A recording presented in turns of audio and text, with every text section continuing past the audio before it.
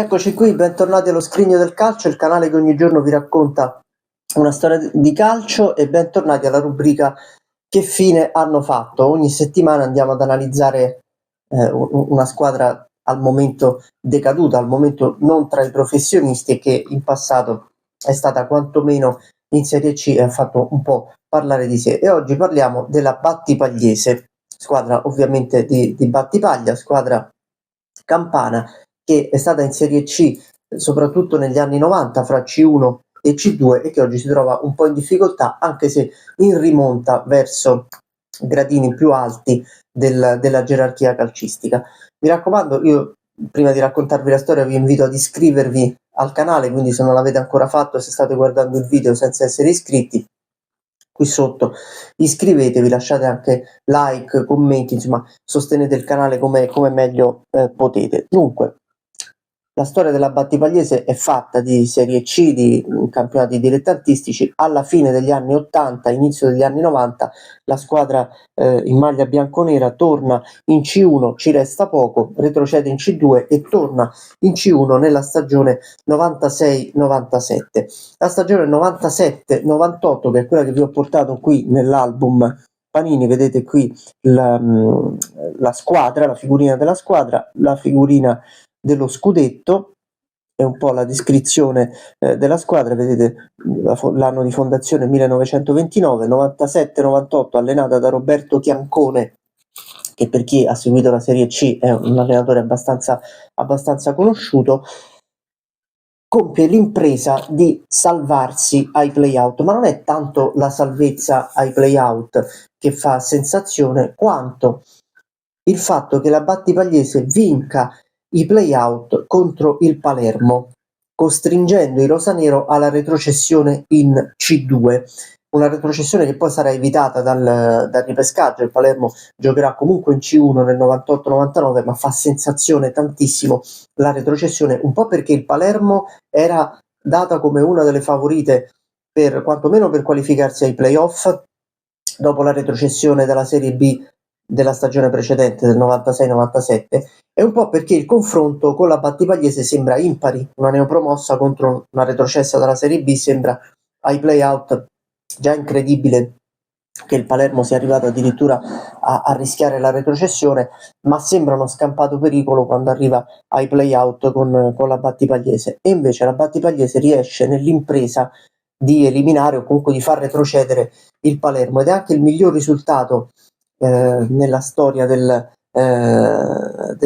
squadra campana in C1. Fa parlare tanto di sé, più per la retrocessione dei siciliani che per la salvezza della Battipagliese, ma comunque festa grande a Battipaglia in quella stagione.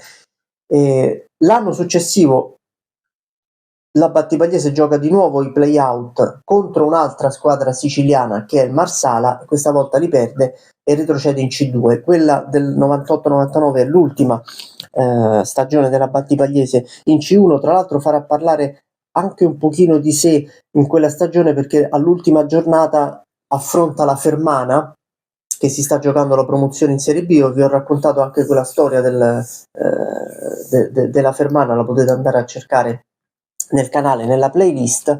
E all'ultima giornata c'è questa situazione un po' particolare con alcuni giocatori della Fermana che nella notte restano intossicati, comunque si sentono male dopo la cena in un albergo di Battipaglia, quindi si parla un po' di questa situazione. La Battipagliese perde con la Fermana va in Serie B, la Battipagliese gioca i play-out contro il Marsala, li perde e cade in C2. Da lì la caduta è abbastanza progressiva, abbastanza rapida, perché retrocede immediatamente dalla Serie C2 alla Serie D. Infatti l'ultimo campionato professionistico dei bianconeri campani è il 99-2000 con la C2, poi ci sono state retrocessioni in serie, tante difficoltà, una difficile ripartenza. Oggi però la Battipagliese, dopo aver vinto un paio di campionati, è in eccellenza campana ovviamente, e si candida per essere una delle protagoniste nel suo girone di eccellenza, e per tornare